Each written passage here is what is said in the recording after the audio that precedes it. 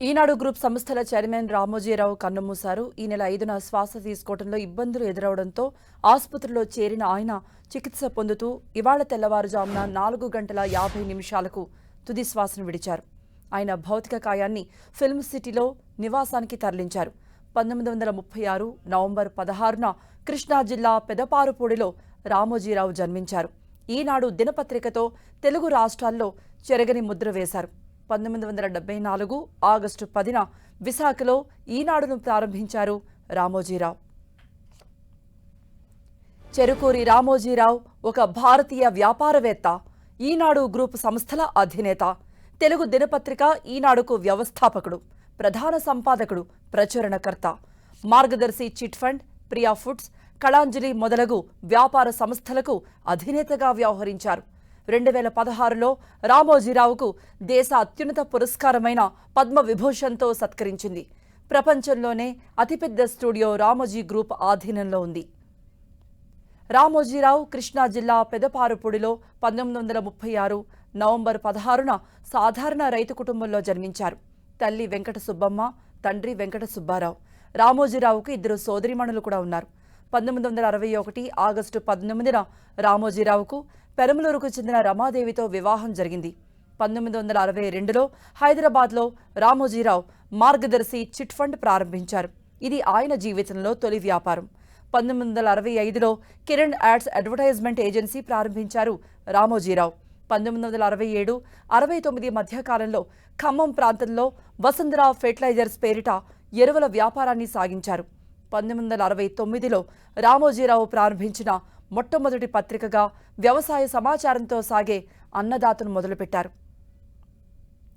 విశిష్ట సేవలు చేసినందుకు గాను రామోజీరావుకు పలు అవార్డులు, పురస్కారాలు, గౌరవాలు లభించాయి. ఆంధ్ర విశ్వవిద్యాలయం గౌరవ డాక్టరేట్ అందించింది. శ్రీ వెంకటేశ్వర విశ్వవిద్యాలయం నుండి గౌరవ డాక్టరేట్, శ్రీ శ్రీ రవిశంకర్ విశ్వవిద్యాలయం నుండి కూడా గౌరవ డాక్టరేట్ అందుకున్నారు. Yudhveer award, captain Durgaprasad Chowdary award, BD Goenka అవార్డులు అందుకున్నారు. సాహిత్యం విభాగంలో 2016లో పద్మవిభూషణ్ అందుకున్నారు. అటు సినిమా రంగంలో కూడా తనదైన ముద్ర వేశారు రామోజీరావు. ఆయన పలు సినిమాలు నిర్మించారు. 1984లో మొదటిసారిగా శ్రీవారికి ప్రేమలేఖ అనే చిత్రాన్ని నిర్మించారు. 1985లో మయూరి సినిమా, 1989లో మౌన పోరాటం చిత్రాన్ని నిర్మించారు. వీటితో పాటు ఆయన నిర్మించిన చిత్రాల్లో ప్రతిఘటన, పీపుల్స్ ఎన్కౌంటర్, అశ్విని, చిత్రం, మెకానిక్ మామయ్య, ఇష్టం, నువ్వే కావాలి వంటి సినిమాల్ని నిర్మించారు. ఆనందం, ఆకాశవీధిలో, మూడు ముక్కలాట, నిన్ను చూడాలని, నచ్చావలే వంటి విజయవంతమైన చిత్రాల్ని రామోజీరావు నిర్మించారు. ప్రతి సినిమాలో కూడా మ్యూజిక్కు అధిక ప్రాధాన్యత ఇచ్చేవాళ్ళు. ఇప్పుడు ఏ సినిమాల గురించి మాట్లాడుకున్నామో ప్రతి సినిమాలో కూడా అప్పుడు సంగీతం కానీ సాహిత్యం కానీ నిజంగా సూపర్ హిట్ అయ్యాయి. మరిన్ని అప్డేట్స్ మా ప్రతినిధి వెంకట్ అందిస్తారు. వెంకట్, పార్థివ దేహం ఎక్కడుంచారు? సందర్శనార్థం ఎప్పుడు అనుమతిస్తారు? అంతిమ యాత్ర, అంతిమ సంస్కారం ఎప్పుడు చేస్తామంటున్నారు? కుటుంబ సభ్యుల నుండి ఏమైనా సమాచారం ఉందా? అంటే రామోజీరావు గారి మరణ వార్త తెలిసిన వెంటనే ఆయన యొక్క పార్థివ దేహాన్ని చూడాలని ఆయన అభిమానులతో పాటు చాలా మంది సినీ ప్రముఖులు, రాజకీయ ప్రముఖులు, ఇతర ప్రముఖులందరూ కూడా ఎదురు చూస్తున్న వేళ ఆయన యొక్క పార్థివ దేహాన్ని ఇక్కడ ప్రైవేట్ హాస్పిటల్ నుంచి రామోజీ ఫిలిం సిటీకి తరలించడం జరిగింది. ఫిలిం సిటీ లోపల మాత్రం ఆయన యొక్క పార్థివ దేహాన్ని చూసే విధంగా మొత్తం ఒక వెబ్ క్యామ్ ను కూడా ఏర్పాటు చేస్తున్నారు. అంటే మొత్తం కూడా ఒక ఆన్లైన్ సెటప్ ఏర్పాటు చేసేసి అందరూ కూడా చూసే విధంగా మొత్తం ఏర్పాట్లు అయితే చేస్తున్నారు. ప్రస్తుతానికైతే ఎవరిని కూడా ఆ ఫిలిం సిటీలోకి మాత్రం అనుమతించట్లేదు. వెళ్ళినటువంటి మీడియాను కూడా మొత్తం కూడా రామోజీ ఫిలిం సిటీ గేట్ బయటనే ఆఫ్ చేయడం జరిగింది. అయితే ప్రస్తుతం అయితే చాలా మంది సినీ ప్రముఖులు, పెద్ద పెద్ద వారు, ఇటు బిజినెస్ మ్యాన్స్ కానీ అంటే సినీ రాజకీయ ప్రముఖులు అందరూ కూడా వచ్చే అవకాశం ఉంది కాబట్టి వారికే అక్కడికి లోపలికి పర్మిషన్ ఇవ్వడం జరుగుతుంది. వారందరూ కూడా రామోజీరావు యొక్క భౌతిక గాయాన్ని సందర్శించి ఆయనకి ఘన నివాళులు కూడా అర్పించడానికి తగిన ఏర్పాట్లు అన్ని కూడా చేస్తున్నారు. దీనికి సంబంధించినటువంటి లింకు రామోజీ గ్రూప్స్ కు సంబంధించిన ఒక యూట్యూబ్ నుంచి కూడా ఇవ్వటం జరుగుతుందని కూడా మనకి తెలియజేయడం జరిగింది. దాన్ని మరి కొద్ది నిమిషాల్లోనే ఆ లింక్ ద్వారా మొత్తం కూడా అందరూ వీక్షించడానికి మిగతా ఛానల్స్ కూడా వాటిని ప్రసారం చేసుకునే విధంగా ఏర్పాట్లు అయితే చేస్తున్నారు.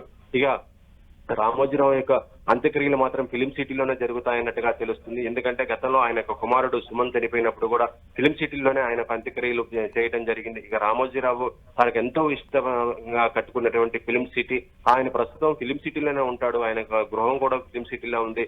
ఇతర వ్యాపార సంస్థలు అన్ని కూడా ఫిలిం సిటీలో ఉండటంతో మొత్తం కూడా ఆ ఫిలిం సిటీలో ఉండటం జరిగింది. అందువల్ల రామోజీరావు యొక్క అంత్యక్రియలు కూడా ఫిలిం సిటీలోనే జరిగే అవకాశం ఉంది. ఇక ప్రస్తుతం యొక్క రామోజీరావు యొక్క అంత్యక్రియలు కూడా ప్రభుత్వ లాంఛనాలతో చేసే విధంగా చేస్తున్నట్టుగా తెలుస్తుంది. దీనికి సంబంధించి ప్రభుత్వం నుంచి కూడా ప్రకటన వచ్చే అవకాశం ఉన్నట్టుగా తెలుస్తుంది. ఇక రామోజీరావు మరణ వార్త తెలిసిన వెంటనే చాలా మంది సినీ ప్రముఖులు, చిరంజీవి, జూనియర్ ఎన్టీఆర్, అల్లు అర్జున్, రామ్ చరణ్, ఇలా ప్రతి ఒక్కరు కూడా సినిమా హీరోలు, అంటే గతంలో ఉన్నటువంటి సీనియర్ హీరోలు, నిర్మాతలు, టెక్నీషియన్స్, ఇప్పుడున్నటువంటి హీరోలు ప్రతి ఒక్కరు కూడా ఆయనకు మరణ వార్త తెలిసిన వెంటనే ఆయనకు ఘన నివాళులు అర్పిస్తూ సంతాపం కూడా తెలియజేస్తూ వారి యొక్క సోషల్ మీడియాలో కూడా పోస్ట్ చేస్తున్న సందర్భం ఉంది. అయితే రామోజీరావు ఈ రోజు ఉదయం 4:50 చనిపోవటము, అది తెల్లవారుజామున అవటము, ప్రతి ఒక్కరు కూడా ఉదయం లేవటం తోటి ఈ యొక్క షాకింగ్ న్యూస్ నుంచి మాత్రం చాలా మంది కూడా కోలుకోలేని పరిస్థితి, మొత్తం కూడా అందరూ కూడా చాలా బాధతో ఉన్నటువంటి పరిస్థితి ఉంది. చాలా మంది కూడా ఇంకా ఆయన యొక్క మరణ వార్త కూడా చాలా మంది కూడా తెలియదు. మనం మీడియా నుంచి ఫోన్ చేస్తేనే అవునా ఎప్పుడు అనే షాకింగ్ కామెంట్స్ వాళ్ళ నుంచి రావటం కూడా మేము చూస్తున్న పరిస్థితి అయితే ఉంది. కృప వెంకట్, ఇప్పుడైతే వ్యాపార సంస్థలు అయితే కొడుకు కూడా శైలజ, ఆయన కోడలు వీళ్ళంతా కూడా నిర్వహిస్తున్నారు. ఇప్పుడు పత్రికా రంగాన్ని కానీ అలాగే ఆయనకున్న న్యూస్ ఛానల్స్ కానీ ఇవన్నీ కూడా నెక్స్ట్ రామోజీరావు గారి తర్వాత ఎవరు నిర్వహిస్తారనే ప్రచారం ఉంది. వెంకట్, ప్రస్తుతం రామోజీరావు యొక్క పత్రికా రంగానికి సంబంధించి మొత్తం కూడా ఆయన కుమారుడు కిరణ్ చూస్తున్నాడు. పత్రికా రంగంలో ఆయన ఇప్పుడు ఎండీగా ఉన్నాడు రామోజీ ఫిలిం సిటీకి. ఆ రామోజీ మొత్తం ఫిలిం సిటీకి మిగతా అన్ని సంస్థలకు కూడా చైర్మన్ గా మాత్రం రామోజీరావు ఉన్నా కూడా ఎండీగా మాత్రం కిరణ్ ఉండి ఆయన మొత్తం కూడా ఈనాడు సంస్థలని మొత్తం మిగతా దానికి అనుబంధంగా ఉన్నటువంటి పేపర్స్, ఛానల్స్ అన్ని కూడా ఆయన ఆధ్వర్యంలో ఉండటం జరిగింది. ఇక మార్గదర్శికి సంబంధించి చూస్తేనేమో ఆయన యొక్క కోడలు కిరణ్ యొక్క భార్య అయినటువంటి వసుంధర ఆమె చూస్తున్నారు. మిగతా ఫిలిం సిటీలు దాంతో పాటు మరికొన్ని సెక్టార్స్ ఏదైతే ఉన్నాయో ప్రియా పచ్చళ్ళు మీద కొన్ని వాటిని మాత్రం ఆయన ఎవరైతే ఆయన రెండో కుమారుడు ఉన్నాడో సుమన్, ఆయన కూడా చనిపోవడం జరిగింది. ఆయన యొక్క భార్య ఉన్నది ఆమె మొత్తం కూడా చూసుకుంటున్నారు. అంటే ఎవరికి వారి కుటుంబాల్లో ఉన్నటువంటి సభ్యులు ఎవరైతే ఉన్నారో వారందరూ కూడా అన్ని కూడా డిస్ట్రిబ్యూషన్ చేయటం, అంటే అందరూ కూడా పంపిణీ చేయడం కూడా జరిగింది. కానీ ఇవన్నీ కూడా ఒకే మళ్ళీ వేదికగా ఉంచుకొని వాటికి చైర్మన్ గా మాత్రం రామోజీరావు క్రియాశీలకంగా పనిచేస్తున్నారు. అయితే గత కొన్ని రోజుల నుంచి కూడా రామోజీరావు అనారోగ్యంగా ఉన్నా కూడా ఇటీవల ఎలక్షన్స్, 2 తెలుగు రాష్ట్రాల ఎలక్షన్స్ లో కూడా ఆయన యొక్క సంపాదికైన మాత్రం చాలా బాగా నిర్వర్తించారని కూడా చెప్తున్నారు. ఎందుకంటే ఇటు తెలంగాణలో ఎలక్షన్స్ కానీ అటు ఆంధ్రాలో ఎలక్షన్స్ జరుగుతున్న ఈ సమయంలో ఆయన పత్రికా రంగంగా న్యూస్ పరంగా ప్రతిదీ కూడా మానిటర్ చేస్తూ తగిన సలహాలు వాళ్ళ పత్రిక ఈటీవీ ఛానల్స్ కి పత్రిక కూడా ఇచ్చారని కూడా తెలియజేస్తున్నారు. ఏదేమైనా కూడా రామోజీరావు లాంటి ఒక లెజెండరీ పర్సన్ అని చెప్పవచ్చు. ఎందుకంటే ఈ రోజున పత్రికలు కానీ మిగతా ఎలక్ట్రానిక్ మీడియా, ప్రింట్ మీడియా ఎంత ఉందంటే అది ఆయన స్థాపించిన ఈనాడు నుంచి మొత్తం కూడా మిగతా క్రియేట్ అయినటువంటి పరిస్థితి.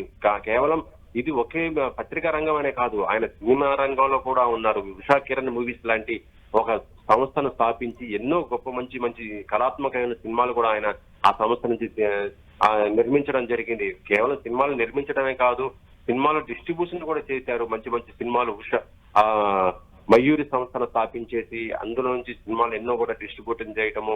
ఇది ఒక రంగం అయితే ఎంటర్టైన్మెంట్ కి చూస్తుంటే మాత్రం ఆయన ఈనాడు సినిమా, ఈనాడు ఛానల్స్, ఈనాడు నెట్వర్క్స్ మొత్తం కూడా నెలకొల్పి ఫస్ట్ ఆయన ఇక్కడి నుంచి మొత్తం కూడా ఈనాడుకి సంబంధించి ప్రతిదీ కూడా ఎంటర్టైన్మెంట్ ప్రోగ్రామ్స్ మనం చూస్తాము. జబర్దస్త్ కానీ, ఆలితో సరదా కానీ, లేకపోతే సుమోతో చేసినటువంటిది మహిళా ప్రోగ్రామ్ కానీ, ఇలా చాలా ఉన్నాయి అనమాట. ప్రోగ్రామ్స్ అన్ని కూడా ఎంటర్టైన్మెంట్ తో ఉండేటివి, కుటుంబ సభ్యులు మొత్తం కూడా చూసుకునే విధంగా అలాంటి కార్యక్రమాలు కూడా నిర్వహిస్తూ ఇంకా ఇప్పుడు కూడా చేస్తున్నటువంటి పరిస్థితి ఉంది. ఇలా ఉన్న ఈ టైంలోనే కూడా రామోజీరావు ప్రస్తుతం చూస్తుంటే సినిమా రంగం మొత్తం కూడా మారిపోయింది, ఎంటర్టైన్మెంట్ మొత్తం కూడా మారిపోయిన పరిస్థితి ఇప్పుడు ఉంది. అంటే థియేటర్కి వెళ్ళి సినిమా చూడలు, ఈ సినిమా దీంట్లో కూడా ఛానల్లో కూడా సినిమాలు చూడలేని వాళ్ళందరూ కూడా ఇప్పుడు ప్రస్తుతం ఓటీటీ బాట పడుతున్న ఈ టైంలో ఆయన ముందుగానే ఓటీటీని కూడా స్థాపించడం జరిగింది. ఈనాడు విన్ అంటూ ఒక ఓటీటీని స్థాపించి దాంట్లోనే ఎన్నో చిన్న సినిమాలు కొత్త వారికి ఎంకరేజ్ చేస్తూ సినిమాలు నిర్మించడము, దాంతో పాటు ప్రస్తుతం ఆ కొన్ని ప్రోగ్రామ్స్ కూడా ఈటీవీ విన్ ద్వారా కూడా ఓటీటీ ద్వారా కూడా అందరికీ అందుబాటులో ఉండే విధంగా కూడా తీసుకురావడం జరిగింది. అది కూడా చాలా సక్సెస్ అయింది. చాలా మంచిగా రన్ అవుతున్నటువంటి పరిస్థితి ఈటీవీ విన్ కూడా ఉండటం జరిగింది. ఇలా ఆయన ఏదైనా సరే ఒకటి ప్రారంభోత్సవం చేశారంటే అది సక్సెస్ఫుల్ గానే రన్ అవుతున్న పరిస్థితి అయితే ఉందని చెప్పవచ్చు. ఇది ఒక వైపు అయితే ప్రియా పచ్చళ్ళ గురించి మనకు తెలుసు, ప్రియా ఫుడ్స్ కి సంబంధించి తెలుసు. ఒక మంచి నాణ్యత కూడినటువంటి అన్ని ఫుడ్స్ కూడా పసుపు నుంచి కారు ప్రతిదీ అనమాట మనం చెప్పుకోవడానికి ఇంట్లో గృహిణీలకు ఉపయోగపడే ప్రతి ఒక్క ఐటెం కూడా ప్రియా ఫుడ్స్ ద్వారా కూడా మనకు అందుబాటు ధరల్లో నాణ్యంగా దొరికేటువంటి విధంగా ఆయన ఏర్పాటు చేయటము, ఇవన్నీ స్టోర్స్ లో కూడా ఉండేటువంటి విధంగా ఆయన చేయటం కూడా జరిగింది. వీటన్నిటిని చూస్తుంటే రామోజీరావు ఒక మొత్తం కూడా ఆయన ఒక లెజెండరీ పర్సన్ గానే మొత్తం కూడా అందరికీ కొనియాడుతూ ఉంటారు. సినిమా రంగానికి చూసుకున్నా, పత్రికా రంగానికి చూసుకున్నా, వ్యాపార రంగానికి చూసుకున్నా, సామాజిక రంగానికి చూసుకున్నా, ఎందుకంటే ఆయనకి కళాత్మకమైన ఎన్నో వీటిని కూడా ఆయన ఎంకరేజ్ చేస్తూ ఉండేవారు.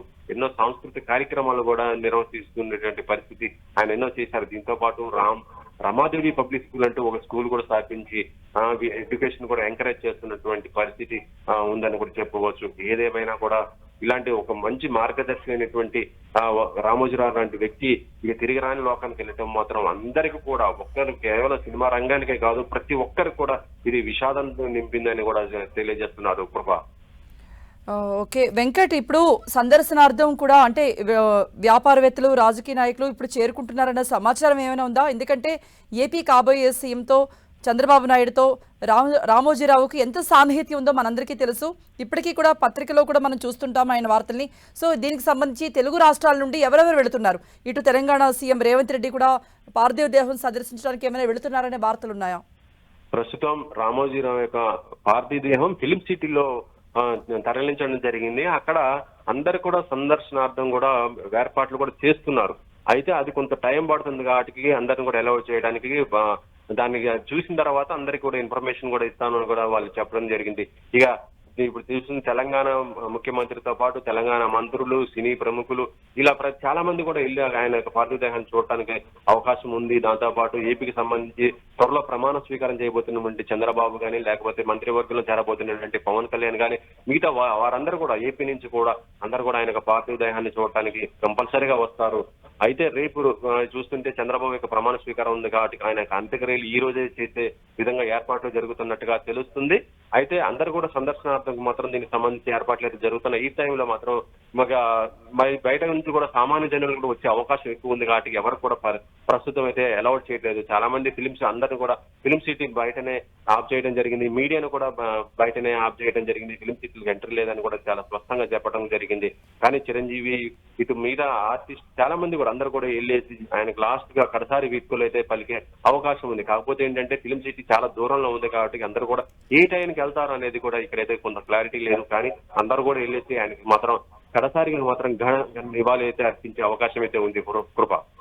అంటే అంతిమ సంస్కారం అయితే రేపే అనే సమాచారం ఉందా వెంకట్? ఆయనకు అంతిమ సంస్కారం ఈ రోజు సాయంత్రం చేస్తారని అయితే తెలుస్తుంది. ఎందుకంటే రేపు చంద్రబాబు గారికి ప్రమాణ స్వీకారం ఉండటం, రేపు ఎన్డీఏ గవర్నమెంట్ ఇది ప్రమాణ స్వీకారం ఉందన్నట్టుగా తెలుస్తుంది. అది దాంతో పాటు మిగతా వాళ్ళందరూ కూడా అక్కడికి వెళ్లే పరిస్థితి ఉంది. సో ఈ ప్రోగ్రామ్ ప్రభుత్వానికి సంబంధించిన ప్రోగ్రామ్స్ అన్ని ఉన్నాయి కాబట్టి ప్రస్తుతం ఇవాళ సాయంత్రం అయితే చేస్తారని అంటున్నారు. అదే అఫీషియల్ గా అయితే ఎవరు కూడా ఇంకా కన్ఫర్మ్ అయితే చేయలేదు కృప. రైట్ వెంకట్, మరిన్ని అప్డేట్స్ కోసం మళ్ళీ మిమ్మల్ని కాంటాక్ట్ చేస్తాం.